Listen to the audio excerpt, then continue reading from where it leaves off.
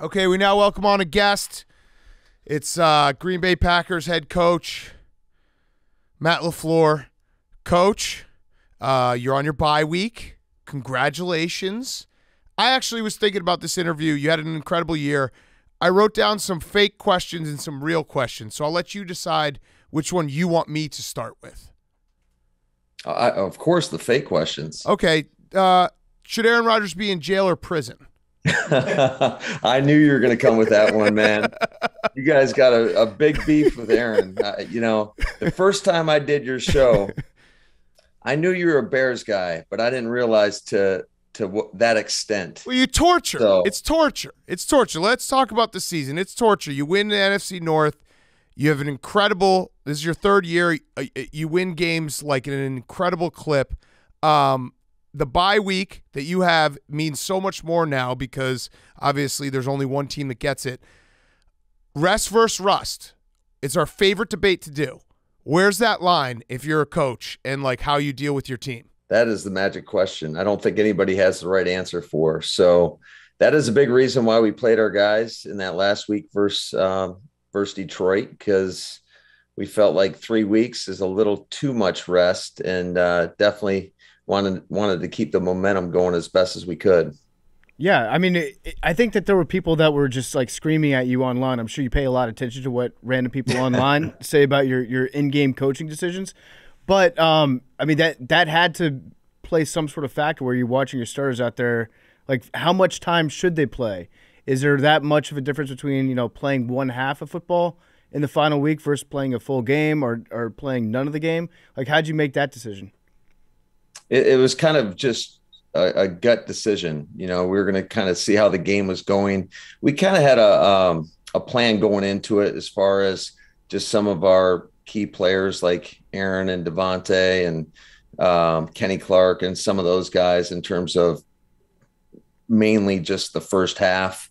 But I think it's more or less just the preparation for getting ready to go out and there to compete. Just the mental that you have, or just getting your mind right to go out there and play a football game. Did you consider just asking them like, hey, let's put it up to a team vote. Do you guys want to play? And then if they had said yes, then you can be like, okay, you're not going to play. I just want to know that you're mentally prepared to play. We could have done that. We did not do that. That's what I would have done. Is there rust for the coaching staff, or are you guys just grinding like throughout the entire bye week? Oh, for the bye week, there's definitely some rest. I told our guys I want them out every night before dinner, be home and kind of reacclimate with your families and reconnect with your families. But absolutely, I think you got to take advantage of this time. It's more or less we want to be very efficient and still get the work in, because there's a lot of self-scout and stuff that you can do to try to help just kind of get a little bit further ahead as you approach the next game. So let me give you a rust question to help you out. Keep your mind sharp because you're with us right now, not studying, not getting ready for the opponent, whatever. I'm not gonna point fingers. I'm going to give you a hypothetical scenario for the playoffs. Who's our opponent? That's a good point. All right, I'm going to give you a hypothetical. The Bears haven't had a bye in a very long time. I'm going to give you a hypothetical situation for the playoffs. Okay, you ready for this? I'm ready. You're down 8. It's 4th and goal from the 8. There's 2 minutes left, and you have all 3 timeouts. You're going to need a stop either way. Do you go for it, or do you kick a field goal and make a 2-possession game a 2-possession game? I'll tell you what, you would go there, Big Cat. What? That's a hypothetical. Yeah. I don't – Did that happen to you? I don't know. Maybe. I mean, I almost boycotted the Barstool app after that game. Yeah, I love reading what you guys put out there. But, yeah, I think it also it just happened to coincide with when that giant ship was stuck in the canal and they were trying to dig it out with a little shovel, and so the memes of your field goal being the shovel digging out the ship of the 8-point lead. It was like a perfect storm against you. It's also like, I mean, you are a phenomenal head coach. I can say that. And you got your team poised for a deep playoff run. So I have to find, like, this is all I have. That's literally all I have. So it's it. Like, you're good looking, and that pisses me off too. So I basically have you doing a coward's field goal instead of going for it, and I will hold on to that for the rest of my life. You just have to know that. I'll tell you what, you look at how many plays inside the red zone, especially you're talking about 8+ are successful in that situation. And I just felt like it was best. I thought our defense was playing well and thought we could get the stop. And unfortunately, you're damned if you do, damned if you don't. It's got to work out. Whatever decision you make, it's got to work out. It's true, and that leads to a good point that we've had this discussion a lot this year. It feels like this year was the year of teams going for it and it becoming more commonplace. You saw, obviously, the Chargers, Brandon Staley did it a lot. How do you come to that decision? Is it strictly numbers, or walk me through exactly how a process goes down of like, this is when we want to go for it, this is when we don't? Yeah, I think it's a lot of you try to take everything into the equation in terms of the circumstance, who you're playing, how your offense is playing. I would say typically we've been pretty aggressive over the last couple of years because we have a lot of confidence in our guys on offense to go out there and execute. And hindsight's 20/20. Like I said, it didn't work out, and I got to live with that. But I do think, had I be in that same situation again, I really do think that was the best thing for us. They didn't call many DPIs or defensive holdings till that last drive, and we got dinged with it. So it is what it is, man. Yeah. I respect your willingness to go down with the ship on that decision. Like, I made that choice. I would do it the exact same way again. Like, if you're gonna go one way, go 100% in that direction. Don't look back with any regrets after the fact. Do you talk to Brandon Staley though about, because I know that he's become the guy this year. You coached with him in Los Angeles. I did not. I never coached with Brandon. Matter of fact, really? I had talked to him prior to when he left to go to Denver, but the Bears may or may not have blocked him from potentially coming here. It's like one of the only good things they've done in a very long time. Good job. But it sounds like you have a relationship with him. Have you gone back and forth, and do head coaches in the NFL, do you share the latest things that you're thinking about strategy and percentages and all that stuff, or are you just siloed in with your guys trying to figure out what the best thing for you to do is? Yeah, I'd say we're more siloed in. I think that you got a couple guys that you talk to. It's definitely easier when they are in the AFC. I talked to Robert Saleh quite a bit. I still talk to Sean every now and again, but that gets a little bit more complicated, especially this time of year when we're both competing for the same thing. But you definitely have your guys that you talk to throughout the course of the season. So you talk to the Jets. The Bears are looking for a new head coach. I got a guy circled. He's the offensive coordinator for the New York Jets. I thought he did a fantastic job this year. If your brother gets named the Bears coach, what's your reaction? Oh, I'd throw a party for him, man. That'd be great. I love kicking his ass twice a year. Okay, so no, I don't want him as the coach. He's off my list. I just put him off my list. I took him off my list. There it is. Who do you not want to see the Bears? I'll tell you what. I do think, and I'm not being a homer here. I think my brother did a really good job. I am his toughest critic, I promise you. After every game, I'm always watching it and asking him questions on why he chose to do what he did, and I do think he's got a bright future in this league. Yeah, he did some amazing things with Mike White. We'll always have the Mike White games. Yes, and then Flacco. Yeah, so if you were to Josh Johnson. Yeah, exactly. Not easy, yeah.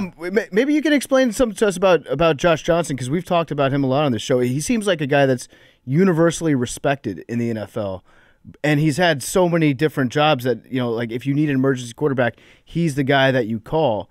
You have any insight why a guy like that has never stuck around on a team? Yeah, a lot of it's just circumstance. I think just getting an opportunity and being put in a position to be successful, because a lot of these quarterbacks, you got to have people around you too now. And if you don't, or you're put in a situation where it's tough sledding, then a lot of times teams will just cast you away. And then you got to try to recreate yourself somewhere else. And Josh has hung around for a really long time. He's done a really good job. Yeah, well, I brought that up because you kind of did that to one of our best friends in the entire world, Blake Bortles, and you threw him out like he was yesterday's trash.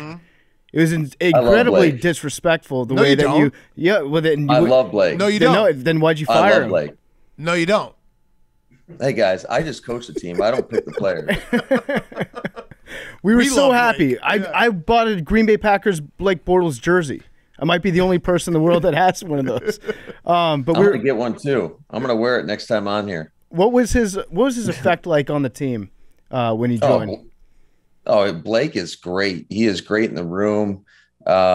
He's a guy that's played a lot of ball. Certainly, he's got a great relationship with not only Aaron but our offensive coordinator Nathaniel Hackett.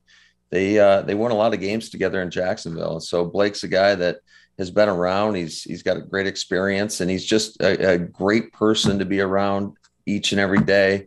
Brings a lot of energy to that room. Sounds like a guy you'd want to have stick around. He's so great. We got rid of him. It sounds like a guy that I would personally stand on the table for him. Yeah. I would love to. I mean, my daughter's only 7 months, but I would love for Blake Bortles to marry her when she's of age. That's kind of creepy, man. No, it is very creepy. As it was coming out of my mouth, I was like, dude, what are you doing? Stop. But stop. That's what a great guy Blake Bortles is. That's how great that's how strongly we feel about him. So we're going to run this on Friday, Wild Card Weekend. You going to watch all the games? Do you watch all the games, and how do you watch them? Do you watch them strictly as a fan, or are you like actually watching them and being like, all right, this team does this. They did something new. I'm going to pick that up. How does that go down? I would say a little bit of both. It just depends how many glasses of wine I've had during the game. Okay. So yeah, maybe Saturday night a little less, and then Sunday you're back to watching. Yeah. No, definitely the games. I would say the NFC games, you definitely want to pay a little bit more attention to, and just in terms, because you could play any one of those teams. So, or I shouldn't say anyone, you could play for the teams. Yeah, right. You can't play the Bucs. Just like off the top of your head, if you're looking at the Eagles and the Bucs playing, would you say that the Bucs are like 9 points better than the Eagles? Trying to get a little ahead for. No, I'm just curious. Like you're an expert. You watch a lot of film. You've seen these teams play. You look for stuff that I don't even know to look for. So, like, I was thinking 9 points sounds about. If I were to make a prediction, that's what I would say. I was curious what your thoughts were. Every game's a little bit different. I'll tell you what; those are two teams, though. This year we didn't play, so don't have as much familiarity again with them from this season, but and especially with new leadership there in Philadelphia. Yeah, it is kind of weird. You didn't play the 49ers. You didn't play the Cowboys. You played the 49ers. You didn't play the Cowboys or the Bucs or the Eagles. So there's actually, that's the great part about playoffs is when you see those matchups, you're like, oh, I wonder how they'd match up against each other. Yeah, you definitely try to get ahead this week and take a peek at all these teams that you're less familiar with and try to somewhat predict what you could be facing in that next round. Even after you've had a great season like you have in Green Bay, do you still go back and just like think to yourself, what the hell happened against the Saints?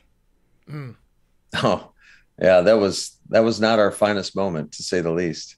Yeah, I mean, there had to be like a little bit of doubt that creeped into your mind after that game because it was such an ass kicking, and it didn't look like your. I mean, it really was. Your team looks a lot different now in the way they played compared to the way they played then. Was there any like big change that you made after that game that you can look back on and say, here's the mistake and here's the correction? Oh, there was a lot of teaching after that game, but I think it was just so out of character for our football team, for a lot of our players, and obviously we didn't get our guys prepared to that extent. It definitely made you second guess some of the decisions that we made in the preseason, not playing our guys, again, getting them just that ability to get mentally prepared to go in to compete at your best level in an NFL football game, because you guys see it every week. Shoot, you saw it last week with Jacksonville and Indy. Indy going down there, having an opportunity to win, and you're in the dance. And, a team that probably nobody thought could do it showed up and knocked them off. So each and every week, you got to be your best. Yeah, it's an interesting point because as fans, we freak out. Like we're very reactionary. I watched that game week 1. I was like, oh hell yes, they're done. It's over. Like, at what point do you as a coach freak out? Like, does it have to be a few games in a row where you see something off, or is it just steady Eddie the whole way? Because I'm always, it's just crazy to me how people can watch a game and then flush it down the toilet and go to the next one. I know that's the cliche thing you're supposed to do, but I can't do that. I stick to those games for the rest of the year. I'm like, the Packers suck. The Jameis kicked their ass. Yeah, no, as coaches, we freak out after every play. What are you talking about? Okay, good. Human. You guys, I wish you guys could come on our headsets and just hear the discussions that take place. I think a lot of people would be pretty horrified. Yeah, I mean, it's got to be with me. Yeah, it's got to be high intensity. Yeah, you ever like get personal with somebody during a game? Oh no, you try not to go there, and not to say that it's never happened. I've definitely heard it before, but you never try to really go there. Yeah, you're definitely up for Coach of the Year. You'll probably get votes. The other guy who might get votes, and he's our personal Coach of the Year. You coached with him, Mike Vrabel. What is so special about Mike Vrabel? Because I think it goes under the radar sometimes how good of a job he does. What is that quality that he has that you're like, that's what he does that's better than everyone else? I don't know. You don't know? I'm just kidding. Oh. I'm kidding. No, Braves does a great job, man. I think when you look at his team, they kind of take on his personality, and he is a no-nonsense, very direct type of coach, and he's going to tell you exactly how it is, and it doesn't matter if you're the best player or the worst player on your team. He holds nothing back, and that's what you love and appreciate about him. Yeah. Mm-hmm. I mean, I love Mike Vrabel. Yeah, he doesn't like us. He's also just like intimidating. Yeah. He's just a big dude. Yeah. I actually think that he could probably he's still the coach that could kick everybody's ass in a Royal Rumble. I would agree with that. I don't know. I mean, I don't know who could well, let's take a look here. He's got an edge to him. He man. slapped me on the back in Indy at the combine, and it hurt very hard. It hurt. Big, like a bear claw handshake. Yeah. I'm going through the list here. Do you think you could beat up Sean McVay? Oh yeah. Are you kidding me? Definitely. What about Kyle? I love Sean too, man. But Braves he's a big man. The guy that it would be interesting because he's another guy that just has that mentality is him and Dan Campbell. That'd be a heck of a match right there. Yeah, that's true. So where would you rank yourself though? That's what I was asking. Could you beat up Sean? Could you beat up Kyle? Who wins the matchup of the former Redskins coaches? Sean's a pretty strong guy, but Kyle, no doubt about it. Well, also we may or may not have had a wrestling match in our past. Oh, okay, 3-way. Oh no. Kyle owns Sean. Do you give Sean any shit for that in the offseason? Like every time they clash, Kyle seems to have their number. Yeah, they definitely get prepared for them, and he is. What, 6-0 in the last 6 games? Yeah. So in terms of culture and what you do as a coach, would you say it's good or bad culture to have your players screaming profanities on national television at a bunch of fans that paid good hard-earned money to go see the game and pay their salaries? Hey, a lot of stuff happens in the heat of battle. Mm-hmm. So bad culture? Call it what you want, man. I mean, if people are flicking you off and unreported obscenities at you, how would you respond? Photoshop. That was photoshopped. Clearly doctored image. What's funny is there was one picture that I think had like 20 different Bears fans so many flipping Aaron off at once, and just one like little snapshot in time. Speaking of Aaron, the fans are brutal in this league, man. I know. But that's what makes it so exciting at the same time. Is there like one fan base that you can count on? Like these guys are going to be creative and they're going to be mean. Oh God, there's a guy in Seattle that's epic. Oh, the Hulk, the Sea-Hulk. Sea-Hulk? I don't. The guy right when you come out the locker room, he knows everything about you, your family. I'll never forget. So my brother, we're not the tallest guys, and we're walking out there. We're playing Seattle. It was 2016, game that went right down to the wire. But Mike was walking out, and the fan goes, "Hey, little guy, what are they going to ball you up and shoot you out of cannon at halftime?" I mean, it was epic. It was something that we definitely don't let him live down to this day. Yeah, I like that. I like a good creative fan. I feel like a lot of times in the NFL, like the rowdiest fan bases or the drunkest fan bases, they get more shine, which is fair because drunk fan bases are objectively awesome. But like the real creative ones, the weirdos, those are the ones that I respect a little bit. So I'm gonna have to keep an eye out for that one guy in Seattle, see if I can't figure out who he is.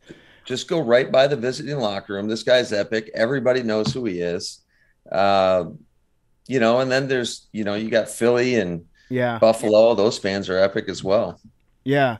I don't know if I talked to you about this last time we interviewed you, but there's been kind of like a quest that I've been on for the last 2.5 years or so, and that's to open football coaches' eyes to the use of the planned downfield lateral in the game. So, we've all seen the hook and ladder. It makes its appearance, once every couple of years. You might run it as a trick play, as a gimmick play. But I think that the coach that embraces designing wide receiver routes that are set up so that they'll have somebody running off them after they catch the ball, or even just having two guys run downfield at the same time with an option to pitch, kind of like a downfield quarterback option type thing. I think a coach that realizes how to use that strategy correctly and smartly, and just kind of say, okay, there is a risk to turning the ball over when you do this, but the opportunity to get a 50, 60-yard play off it is so much higher than the risk. I think the first coach that figures out how to do that correctly is going to change the game of football. So I wanted to give you the opportunity to be the first one to really implement that into your playbook, and then you can be the best coach of all time and then give me all the credit for it. Well, why don't you just come in, you teach me, and you show me what you want. We'll implement it. It'd be a shame. It's got to be during OTAs, though. I'm happy to do it. I'll get some of the Fijian rugby players together. We'll come up. We'll teach you how to offload the ball properly, and then boom, dynasty. And bonus, PFT just had COVID, so he's immunized. Immunized. There you go. So you're good. I got it twice, so I'm super immunized. Yeah. There you go. Well, I'll tell you what. This is not made up. I had a guy when I was in Tennessee came up to me. He was one of our a chiropractor or somebody, and he told me that he could teach us that rugby style and we'd score every time. I said, okay, man, that's an off-season project. Mm-hmm. And what happened? I left and got the job in Green Bay, so never came to fruition. So that guy's just sitting there. He's probably standing outside your office wondering where the hell you've been for the last 4 years. He's been waiting for you. Right? No, listen, there are a lot of haters and doubters out there, especially the old conservative coach. You might see somebody that's been around the league for 40, 50 years that's like, I don't want to turn the ball over. Yeah, that's a risk, but guess what else happens when you do this play? You score 70 points a game. Okay, if I told you could score 70 points a game, is that something you would be interested in learning? Oh, absolutely. Okay, then we can make some business happen here. All right, let's go. My rates are reasonable. What's the perfect temperature for a playoff game? Because I'd have to imagine, obviously everyone, Lambeau, cold, elements, everything. There has to be a temperature, though, that sucks for you personally. So is there a spot where you're waking up on game day, you're like, I hope it's 22 degrees. So it sucks for them, but I'm used to it. The colder, the better here. Yeah? Oh, yeah. I got some secrets now. But I can't share them because I don't want to, we're about to play some teams in here and don't want their coaches feeling comfortable on the sidelines. Yeah. Wait, you've got like performance enhancing substances that you might use? Never that. Cover your face in Vaseline or something, trap the heat in? No. Maybe that. I'll tell you. Actually, I'll tell you one. So we were playing the Rams a few weeks ago, and Sean came out with hardly anything on, and I'm like, dude, you're gonna freeze. And he had a wetsuit on underneath. Oh yeah, I think Brady used to do that. Brady used to always wear the wetsuit. I had never thought of it, never heard of it, and so I may or may not have adopted that little secret. Purchased a wetsuit. Do you pee in it? It really keeps you warm. If you I do know that. you're supposed to be in it. I don't know if you. That would be so awesome if they zoom in on Matt LaFleur's face, like he's peeing right now. Listen, you got to. Have you see an awkward look? Yeah. Have you ever? I'm real still and quiet. You know what's going on. Actually, good question. Have you ever had to leave the sidelines during a game because you got to pee? No. Never. Not as actually in college. We were playing up at Northern Michigan University, and it was third or fourth quarter. We had just come off the field, and I had to go to the bathroom so bad I ran into the public restroom right off the concourse. Hilarious. Took a leak and went back out to the game. That's amazing. When you got to go, you got to go. I'm asking this about no player in particular that you coach. Is there a drug testing policy that checks for hallucinogens or LSD or ayahuasca or anything that might change a player's entire mindset during an off season? I don't believe so. I don't know. I don't think that there question. is. Yeah, I'm just a ball coach, guys. I don't just a ball coach. I don't even know what you're talking about. Yeah, me neither. All right, here's another brain buster for you. 3 times 3 less or more than 8. Excuse me? 3 times 3 less or more than 8. So that's what you're trying to do. You're trying to kick 3 field goals in the last 2 minutes of the game. That's smart. No, that was smart. Okay, now I got it. Okay, Big Cat. I got you, man. I ain't never genius. coming out of the show again. Never have to get in the end zone when you kick 3 field goals. Here's a real math question. We ask this to every coach that we have. If you score a touchdown, you're down by 14 points. What do you do? Oh. How much time's left? 5 minutes left. Go for 2. There we go. All right, you're right there. That's smart. It's just the math play. We did it last year against the Vikings at home. Yeah, you got to do it. It's the math play. What if you score a touchdown, 3 minutes left, score a touchdown, you're down by 9? Well, that's just 4 field goals. Down by 9? Yeah. I mean, you got to just kick the extra point. But you got to Yeah, I guess so. Wait, after you score, you're down by 9? Yeah, you score, you're down by 9. Do you kick a field goal to go down 8? Or do you go for 2, go down 7? Oh, after you score? Yeah, after you score. Yeah, I think you got to make it. I think you got to make it the 1 possession game. Yeah, that one makes sense. Probably or not. A 3 field goal game. That's what I call an 8 point that. game. I 8 just, point you games. know, I just like games. to kick field goals. So all right, well, I'm gonna do something that because I actually like you, and it pains me that I like you, and I did. Appreciate that, I did man. compliment. Yeah, Go ahead. Go ahead. No, go ahead. I was going to compliment you. I was going to say that means a lot coming from a Bears fan. Yes, and I complimented you a few weeks ago. I said you were too attractive as a head coach. It's bullshit. Like, it's just bullshit. Whatever. I'm going to do something I never thought I would do, and it pains me to say this, but you guys are going to win the Super Bowl this year. It's pretty much guaranteed. I might actually mortal lock it. If you win the Super Bowl, I'd like you to come back on Pardon My Take, and I will eat shit. Not actual shit, because PFT's already done that, but I will interview you and be like, hey, Coach, how is winning the Super Bowl? And it will be the most painful interview of my life. But again, you guys are guaranteed to win the Super Bowl, so that's what I'm going to do. You're definitely trying to jinx us. No, I'm not. I think he just wants to get all. you back here in person and introduce you to his daughter. Yeah, exactly. She's probably that's really creepy. She's probably a year or 2 away from understanding that 9 is more than 8. So that'll be the first math lesson. No, but listen, proclaimed. The Packers are going to win the Super Bowl, and Matt LaFleur is going to come back on Pardon My Take as a Super Bowl winning head coach. Hey, you know what? Congrats. Let's clap it up for Matt winning the Super Bowl. I do have a question for you about like teams, because I'm not going to ask you who you'd be looking forward to or who you want to play in the next round. But I will say, I'll ask you this way. Which team would you most like to beat on the way to a Super Bowl? I'm not answering that question. I'll tell you what. Like when you look at it, every team is going to be difficult from here on out. That's just facts. You better bring your A game when you play in a playoff game. Otherwise, you're going to get your ass beat. Yeah, yeah. Even the Steelers? Anybody that's in this thing. And shoot, it's every week in the league. Even the teams that don't make it, you better bring your A game. Otherwise, you're going to get your ass beat. Look what happened last week. You guys lost to the Lions. You're limping into the playoffs. You're right. Kudos to them. All right. Well, we appreciate you joining us. I actually, in all seriousness, you are an incredible head coach. You had a great year. It pains me to say all these things.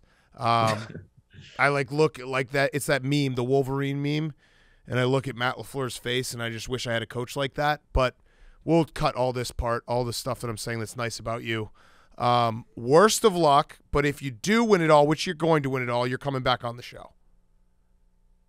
Absolutely. Okay. All right, congratulations. Guaranteed. Congratulations. Let's clap it up one more Good time. job, Matt. Super Bowl winning head coach Matt Lafleur. You guys are unbelievable, man. I love it, though. I love the banter. Are you nervous about your end of the year job review with 30,000 owners that get to sit down and tell you what you screwed up? Oh, every day. That's all I think about. Matter of fact, we had this recent stock sale. Mm-hmm. Mm-hmm. It's still going on. If you're interested, maybe I'll buy you some. I'm already. I can't do that. I'm an owner. I tried to give one to Big Cat. You can't transfer. On the back it says non-transferable. Yep. What you just tried to do there? Fraud. That's SEC fraud. So guess what? And you're on tape. Hey, you know what? Good news. Jail or prison, your quarterback's already there. You guys are wrong, man. Oh, all right. Well, Coach. But I did buy my own stock because I get tired of everybody telling me that they're owners. So guess what? I'm a part owner too. That's insider trading, though. Yeah, you can't do that. That's beautiful. I don't know what I can and cannot do outside of football. Yeah. Clear Gatorade or yellow Gatorade you're hoping for? Not going to answer that. Okay. All right. Thank you, Coach. You're welcome, guys. Good talking to you guys. See you, man. All right. Thanks, Matt. Appreciate it, man. That was a lot of fun. Yeah. Take care. I'm not going to wish you luck, but whatever. You're a really good coach. I'll fucking admit that. Eagles are definitely I appreciate it, man.